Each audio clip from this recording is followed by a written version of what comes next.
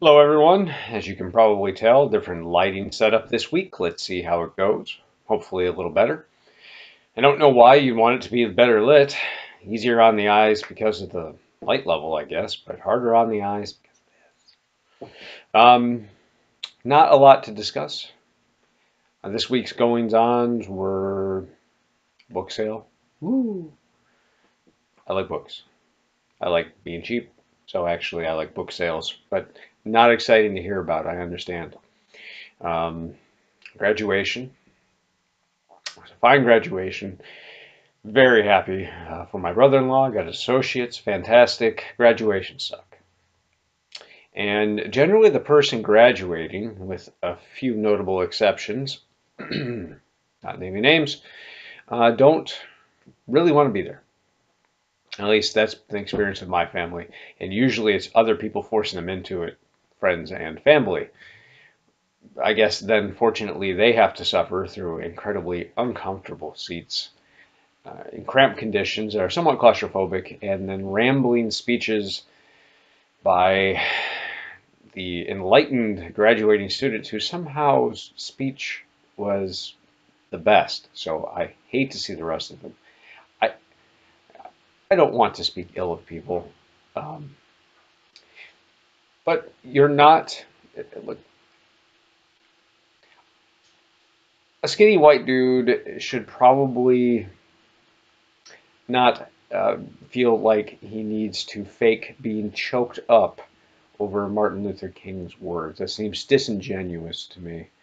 A great man. Nothing wrong with quoting him. I don't see any issue with that. Spread his message. That's good. But when you have to fake that you can't speak because you're so moved by the words when you know nothing of his experience or the experience of the black community, and the most oppression that you've seen in your life is, I don't know, somebody misspelling your name on your Starbucks cup. That does not seem appropriate to me, and it actually seems pretty offensive to people who have dealt with that. But I don't know, maybe I'm just a jerk. Okay, I am a jerk. Maybe I'm being overly critical. But yeah, so rambling speeches. You know what? Keep them short. The opposite of this damn video where I just ramble on. The difference is, in theory, I'm entertaining you and you care. Based on the views and likes. Yeah, I care. That's about it. So what else we got going on? Any new games I was playing? No, haven't really played any new games. Exciting announcements. Oh, yeah, my brother-in-law, the asshole who graduated, posted that stupid link to the new Animal Crossing for the Switch, and it was a bunch of, oh, look, see how you can fake screens, and go yourself. This is, man, that's some crap. Read shit before you post it. Oh, what else? Can't think of much, so I'm going to make stupid sounds with my mouth so you're entertained. I haven't seen Infinity War yet, planning on seeing that soon. Oh yeah, reviews. So I think all the Blizzard reviews are up for the new items on Dairy Queen. Quick rundown. I think we talked about them briefly, but anyway. Dressing Chomp, fantastic. Cotton Candy, very good. What was the other one? It was awesome. Can't believe I'm forgetting. Oh, S'mores, also fantastic. I have a hard time choosing between Dressing Chomp and S'mores. I'm going to have to try each of them again with chocolate ice cream. And I hear the cotton candy is phenomenal if you add extra cotton candy topping. That comes from my sister-in-law, right? And what else? Oh yeah, the things we discussed before were that the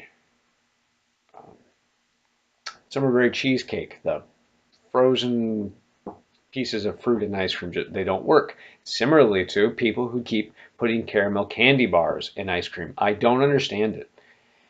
The caramel doesn't work. I'm a guy who will freeze candy bars, right? And, a Snickers can be enjoyable frozen, as an example.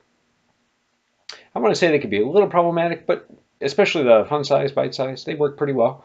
M&Ms can be good that way, things like that.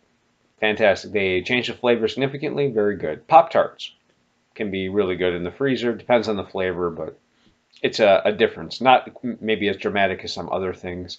I make some homemade chocolate covered peanuts that are outstanding in the freezer. Cake pops and brownie balls, things like that can be really tasty frozen. Um, yeah, but caramel doesn't work. You put it in the freezer, you try to eat it, and because of the chewy factor of it, changes the consistency, and it's not as difficult to chew as, say, ice, so it's an exaggeration when you read my review and I say it's like chewing rocks, but it's not fun. It's not pleasant. Don't do it. Don't put a caramel candy bar in ice cream. And I have to review them, so here we go. Every time I know what I'm going to run into, and I'm reviewing it anyway because these morons can't figure out that part of the Blizzard, the Twix Blizzard is what we're talking about, is fantastic. When they used a caramel topping to replace the caramel element of the candy, it was great. It kind of tasted like a Twix as an ice cream, and I wanted more. And that was part of the first bite I had, and there's a little bit of caramel from the candy bar, and that's okay. It wasn't the end of the world. It was very good. I was excited. And then the rest of it came. They didn't put enough in there, and I don't know if that's just the one I had, because Dairy Queen is notorious about being stingy. And I don't know if it's training. I imagine it's based on the franchise. So a combination of poor training, laziness on the parts of workers, perhaps, on both ends, if you get too much or too little, and then management probably directing them at some locations to be cheap. Well, guess what? You're not going to get more traffic, people. It won't do you any good because I'm not going to go back to your place if that's what you're doing consistently. But given the brand name, I suspect that perhaps, I don't know, but I suspect that this is what you're going to see, par for the course, right? So whatever, not enough pieces. But if you put in just the chocolate and just the cookie wafer and the caramel topping and add a bit more caramel topping, it was great. A very good job of it. In fact, I may make my own that way. Right, find some chocolate cookie wafers like that, caramel topping in with the base, some nice graters, some high quality ice cream, or perhaps, my wife trying to do the vegan thing, silk, are so delicious. Someone has cashew milk ice cream that actually is not very bad. It's pretty good. By the time you get done mixing it with all the diabetes, it's not too far off from a normal. It's different, but it really isn't that far off that you go, oh my God, what is this? It's tasty. It's just a little bit different. I think I made her Captain Crunch milkshake that way. When you have peanut butter and whatever else that's vegan, it's good. Helping the environment, saving cows from factory farming bullshit. Everybody wins. Except for you, because you watched this video.